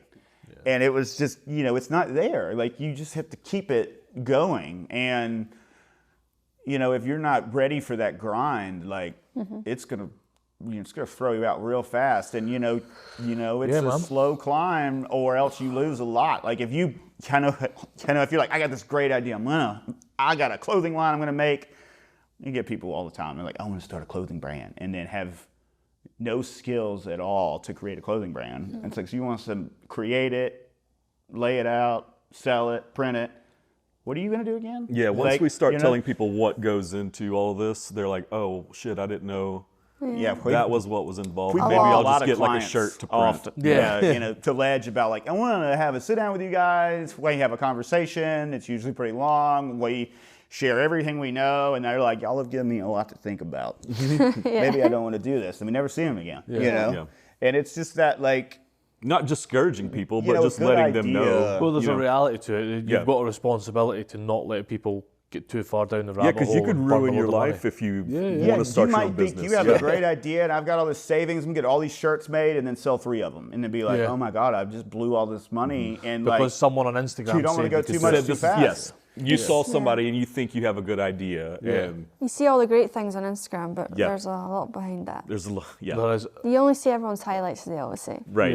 Yeah. And you know that's what I try to say to people is like social media is not real. You know, like it's shined up for, it's curated. For a public, Like you're not going to show people the like horrible things about like, oh, I got screamed at by this client because I totally screwed this up. And, we're not posting the meetings where we don't know if we're going to make payroll. Like nobody knows that, but they, I started doing that for exactly that reason because I was sick of, like, we got a CrossFit gym back home and I got really into like, weightlifting and I got sick of just seeing people post like mint lifts and making all the lifts and everything was super polished.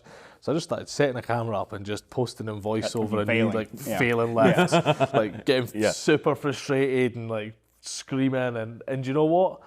For everyone that knows me, they hit home. And I started seeing other people start to do them and I'm like, yes, can we all just start doing this? Can we just have like Fucked It Up Friday, where everyone posts something that they screwed up. Reality check. We might have to adopt that. I like that. Man, Fucked It Up Friday. That's my next big We Are Makers campaign. We'll get on board with that. I like that a lot, actually. Because with the, we like to share as much as we can. So, we get asked every now and then to go see, to see a school class or whatever and sort of expose them to it. And, just like you said, like, we didn't have that growing up, we were super fortunate that our families encouraged our creative sides just enough that we were seen as like, I can go do this and you're not going to be upset. They might have seen it as like, I don't know how you're going to make that work, but if that's what you really want to do, then that's the important bit. It's like we had the cover to, to explore ourselves and explore the creative side of things. Whereas, in our families, that's kind of like us. Like there's not like, we're kind of the like odd ones out, that like, I want to make stuff, I want to draw, I want to paint, Like, okay, that's cool, but... And that's exactly it. And it's like you've just said when you're sitting down with people that want to launch a clothing brand and stuff, like, you have a responsibility to give them all of the information to ensure that they're not, to ensure that they're not making bad decisions.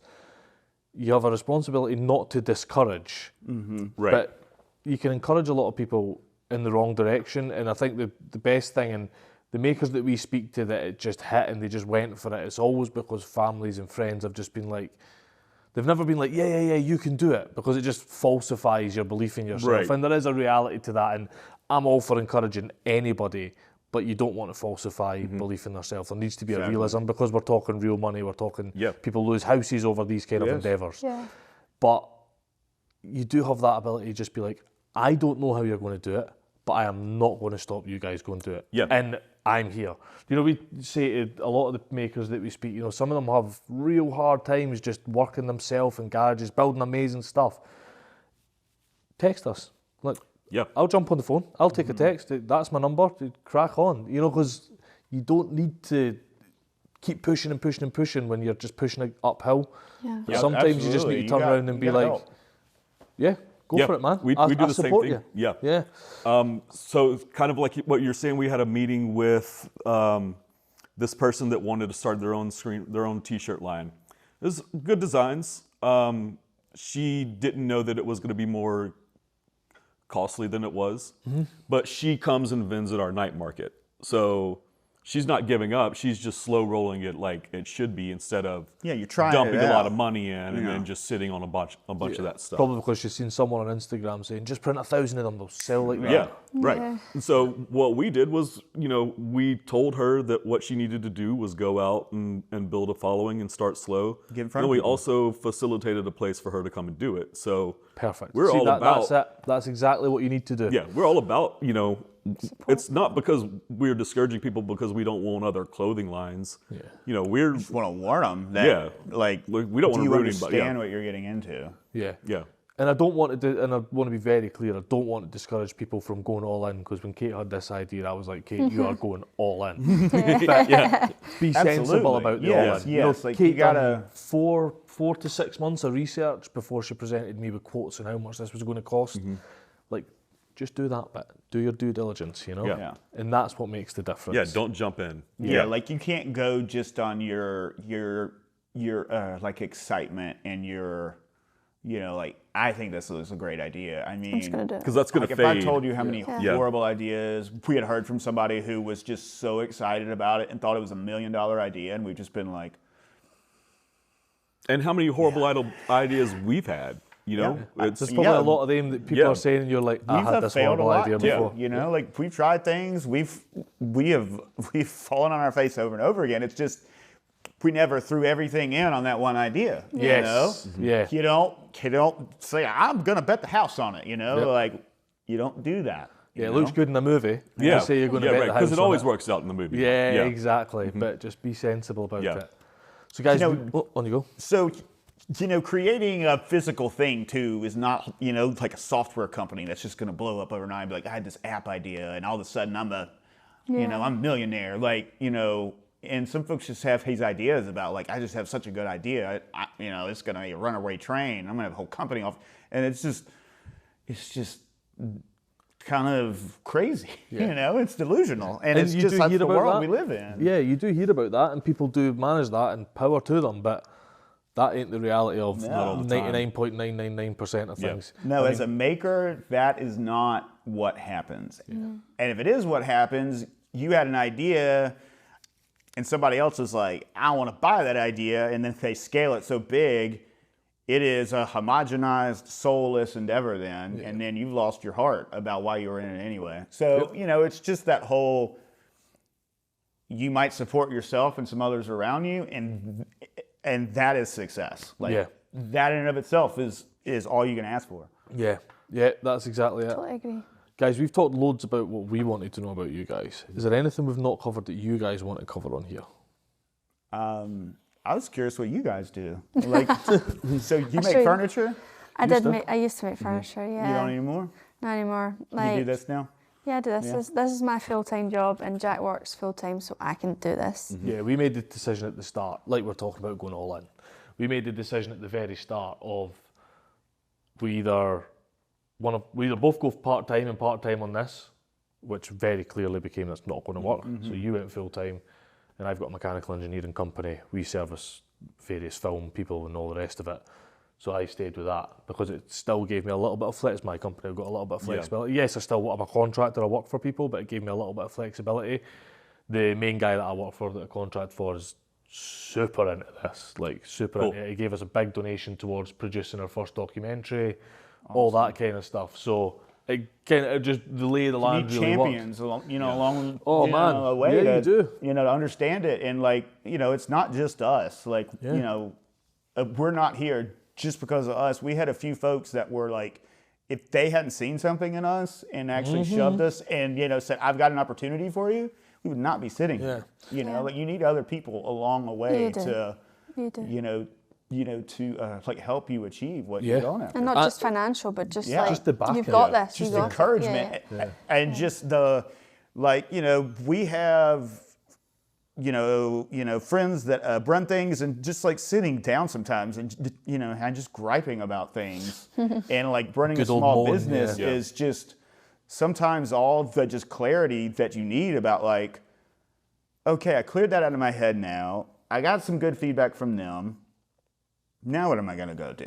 And that's why it's a community here, and it's all of us in one boat, and that whole how do we support each other and make sure we're not going crazy and feel like we're alone, you know, man. and we're on an island and we're, you know, and we're struggling or, you know, we're drowning. So it's just that, like you've got to have others, and it's okay to have others. It's okay to have help. It's okay to have folks that It's okay to reach out if you need help. Yeah, absolutely. But Kate, sorry, go on more about it. So you were a furniture maker, and tell the guys more about how that all evolved. Yeah, and then I did that for about 3 years, but Jack was working down south, so I was in Scotland and he was down south. Kind of living like separate lives for quite a wee while. And I was really struggling, and I was like, nah, I'm going to go and try and get myself just a job to see if I can learn some life experience, you know, with working for someone. And I did that for about a year, and I realised that wasn't for me. And it was basically making the adults version of your furniture, Yeah, so it was on paper it's very the perfect similar. fit for So you. I was running a big CNC machine. That's what I did with my furniture, and I finished it up by hand. This company, same thing. I was running a CNC machine, and then Jack says, "Okay, you're not enjoying that. Why don't you come work with me for film?" Which is what Jack does. But instead of running a wood machine, I was running a plasma machine, which is metal. And I did that, but I wasn't really being creative. I was just recreating. You were just getting the work done. Yeah, I was just getting the work and doing it. And then I thought, I want to go back to doing my hands and whatnot. And then you did a bit of leather work for a while as your side hustle. And I said, I want to try it. So try something different. And I was having the same issues where, like, was this handmade? Like, where did you buy it from? Or do you know, people weren't So it was understanding the important, story. like, you brought it from my side hustle to something that was almost sustainable. So you still made leaps and bounds in that. I did. But you were still getting the... Yeah, just try to tell my story online, and I was like, there's got to be a Everything's better just way. surface level. Yeah. Like I said to you at the start, everything's about that deep on social media. And I was just, I just, you know, I thought, I'm going to reach out to a few makers to see, like, is this the same struggle? Are you still having these problems? We're like, yeah, we are. Yeah. I thought, let's do something. We've always talked about a magazine or some something, sort but it of wasn't directory. worldwide. It was like just for like Scotland in Yeah. general, because Scotland's tiny. How do we get people from Scotland out into the world? But you were like, nah, we need to reach further. This has to be world. My view was, if I was like, Kate, you've tried a few things now, if you're going to do this, let's go full hog. I was doing all right at the time. We had a chunk of savings that was meant to be for a house, and we spent all that on this. Yeah. I felt we were comfortable enough, the ground was solid enough underneath us that we could go bigger. Yeah, you take the risk. Yeah. We take the risk. So we did take the risk. We did a Kickstarter. It wasn't successful, but I think, again, it was me maybe not, I don't know. I didn't really know much about the publishing world, so it was quite difficult. No, I don't think it was that. I think Kickstarter, just like Etsy, Part of Kickstarter is that, you know. Yeah, moved to the world of what can I manufacture in China and how cheap can I get it. But the important thing was that even when the Kickstarter didn't work, you still pushed on, and maybe 70-75% of those people that had pledged, you sent the email out and they all came back and pre-bought on the pre-sale. Yeah, And it's to me not a that was failure worth if you more. learn. You know what I mean? You know? We just used it as an advertising platform. Yeah. Exactly. I think in that many ways, we failure probably done pushed all right us. because we didn't Pushed end us up losing a harder. big percentage to You know, do. like if you're not gonna learn from a failure, then you're not gonna make it. You know, like you know, those are such good opportunities to really let it set in and say, like, sometimes you got to go through those things. Like, we went through tons of things we had to go through, or we wouldn't have understood it, and we wouldn't have had the same level of respect, and we wouldn't like enjoy it so much because you know, the ride in so many ways has been everything. Like it's been highs and lows for sure.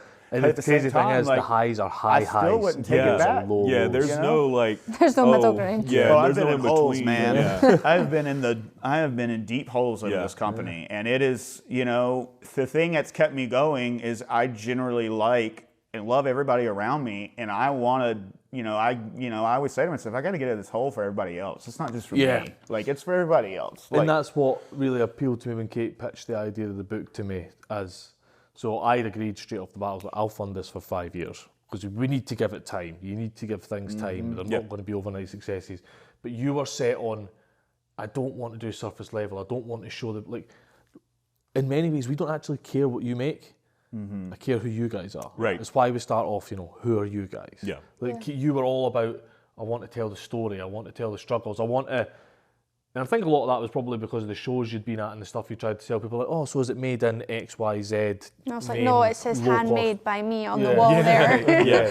Insert low cost labour country here. Yeah. And at that point, I was like, this is it. This is what makes this, I hesitate to use the word special, but this is what makes this deeper than... Yeah, absolutely. You know, we're not just saying this is the maker and this is what they make. No, this is the maker, this is who they are. yeah. They make this Yeah. also.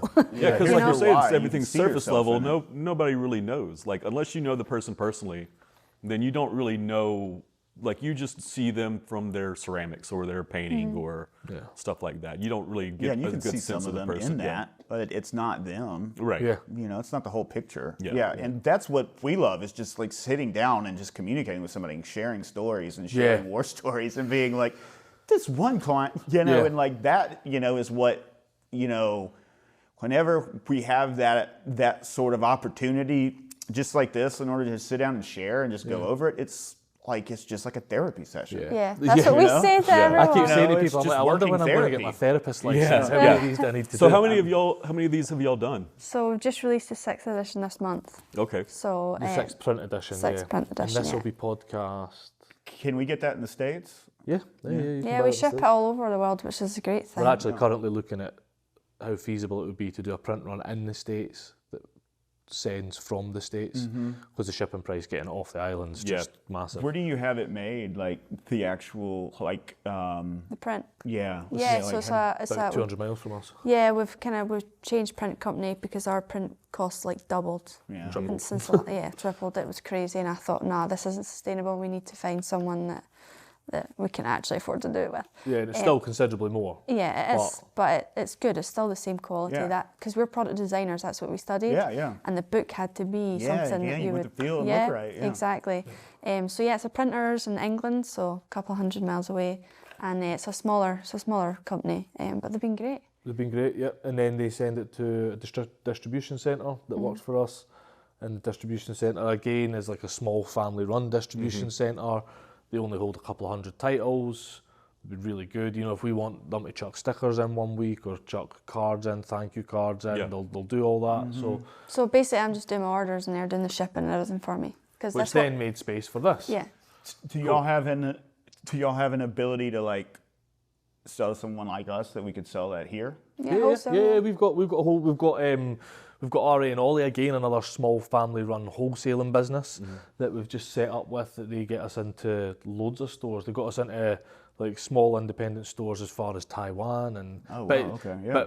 But so if you want them in places like this, we can sort that out. We'll pass you on to James because he's usually got stuff coming to the US, so he sticks it on a big pallet to the US, and then they fire it all out, and that makes a lot of sense. Yeah, well, get us in touch with him. We'd love to. Yeah, for sure. Yeah. Like I love, because it is just like showcasing all of that. Why, is what's so huge for us. So if we can, I'd love to have it in store. You can email James and CC the I've guys got a in. copy that I'm getting everyone to sign it. Oh, cool. So we'll get you to sign it. It's But just, before we do that, yeah, I've got one more Kate question. gets her moment of glory. Yeah, what advice would you give your younger self?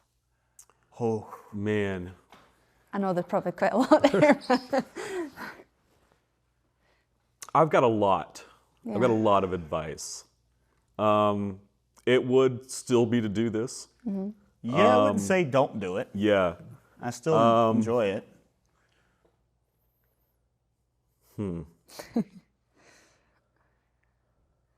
It's weird because, I might say lower your expectations, but at the same time, we never had crazy expectations. It was just getting through, the next sort of thing. Yeah.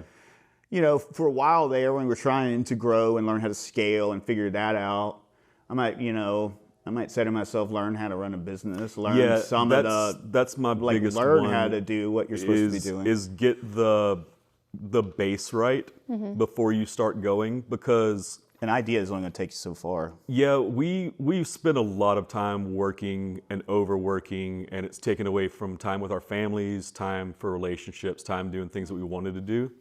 And I feel like that is only because we weren't set up to do this properly in the first place. From a business. From a business learning how to standpoint. run a business, learning how to operate. I mean, I had a job at an award shop, and I ran a laser engraver all day long, and I was the only one in there, and I ran everything. I kind of, I came through there, so I had a sense about how to like how to run a job through and, how to get it out the door, which was great and fine. But that was my sense of how to run this company, was just shove it through the door, get it out. Yeah. And we didn't focus enough on the whole, the like administrative side of things about how to actually run a company. Because it happened real quick. We never came into this thinking that this was going to be the rest of our lives. Yeah. It was a platform. let's do show posters and then fast forward 15 years and we've got this. Yeah, it was like, if we make our own stuff and kind of showcase what we can do, maybe somebody else will hire us. Because, it was kind of that, we came out of a time where the creative industry just shrunk overnight, salaries dropped significantly, and, we just come out of college and everybody was like, you have to have experience or we're not going to hire you. And it's kind of that, how do I get experience if nobody will hire me? Yeah. So we just went and screwed around on our own and just made our own lane, and it was great. And it was so rewarding. And, that's why I'd hate, to say that we really screwed it up. It was just, we didn't do everything right. And we could have run it more like a company and less like a fun sort of friend hangout time than we did. Yeah. But we may not have had the community impact that we've had if that's the hard thing about giving advice to your younger self, because you hear people who are so worried about running it as a business, they lose sight of that soul, or like shaving down cents here and dollars here. And, it's got to be a happy sort of a medium about, are you creating an environment somebody wants to work in? Are you creating, something somebody wants to support? And if we were all money, I'm going to run this company, I'm going to make it as big as possible, it would have been a completely different company. So it's kind of that good and bad. Yeah, because we had to lay people off. And we ended up laying them off after the holidays. We knew well in advance that we should have laid them off months before the holidays. Okay. And if we were running it like a true business, we would have let them go. But since they gave us their time and put so much of themselves into our company, we just can't make that decision. So I don't know what the payoff would be if we were running it sort of militantly like that. Yeah, but we're trying to find that happy sort of trying to medium find now. that. It's hard advice to give your younger self, isn't it? Because Ben summed it up perfectly yesterday. Like you can't go back in time and tell yourself. You don't understand it if you don't live through it. Yeah. So it's that thing about like, in hindsight, a fact that we succeeded in spite of ourselves is something we've been saying a lot recently. Is that we were able to understand why we're doing it and have that as the main core, that now we feel like we can finally sort of construct the shape of it, how it should be actually made. Because if we had been so like, it's a business, we wouldn't have had fun like we did, So it feels like you wouldn't have had the right foundations to build on. Yeah. Right. It's easy to change windows. It's hard to change foundations under a house. Yeah. But I think building, understanding business is a good advice for anyone, because I was the same. Like when I started up my business, I went through a Prince's Trust, which is basically they give you like a loan, and I had to go through like a business module. Like I had to learn how to do like my paper, my tax, and all the rest. Like that, it wasn't huge amounts, and but it was something to understand. You have to do that. They weren't great at teaching you what to do, but at least you're aware of those. What I had to do. Right. Yeah. There were Like things at you least need to- don't fall in these holes and respect these, because we went into it and we weren't filing sales. We got hit like our first or like our third or fourth year. The IRS came to us and was like, y'all made all this money and you didn't pay us anything. We were like, oh, I thought we were just kind of flying under the radar. Yeah, because we thought we were small swiping enough, credit but cards on our own sort of accounts, and Yeah. it's like, you guys made $50,000 last year, and we're like, we did? Yeah. And it was like, well, that's what you ran on, these little swipes at shows. We had no idea. That's all that money It's going back in. went back into supplies Yeah. and creating what we had to have, and And for years we didn't make money off of it. Like you and I didn't get paid from Yellowhammer for at least like 4 or 5 years. Yeah. And like most folks that are going to start something, like that's unheard of. You know, like everything we got, it went back into the company for years and years until we finally went in full time in 2013 because we had a few shops that we had set up and were like wildly successful. And it was like, I think now's the time to finally quit our jobs and get paid from Yellowhammer. And I mean, like for you to slave away at something for 4 or 5 years and not make a cent for yourself, you have to love it. I mean, you're not going to do that with 3 jobs and that, and not making any money, and your wife's upset because it's 3 nights a week it's a party downstairs, and so it's kind of slow going. Yeah. Oh yeah, man, we had fun learning it because we did so many things wrong for so long. Yeah. Like we trained ourselves how to do everything we did. Yeah. Mm-hmm. So we found every hole, we fell in it. So now it's how do we use that and share that for somebody else? They could just jump ahead and maybe skip some of that pain and go toward it. The problem is you're not going to have the same sense of a respect for it in a certain way if you didn't live it and fail it. And it's just one of those things you just like you're either ready for it and you're going to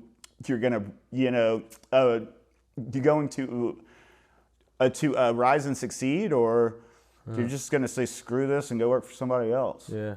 Maybe the advice is just to get after it. Yeah.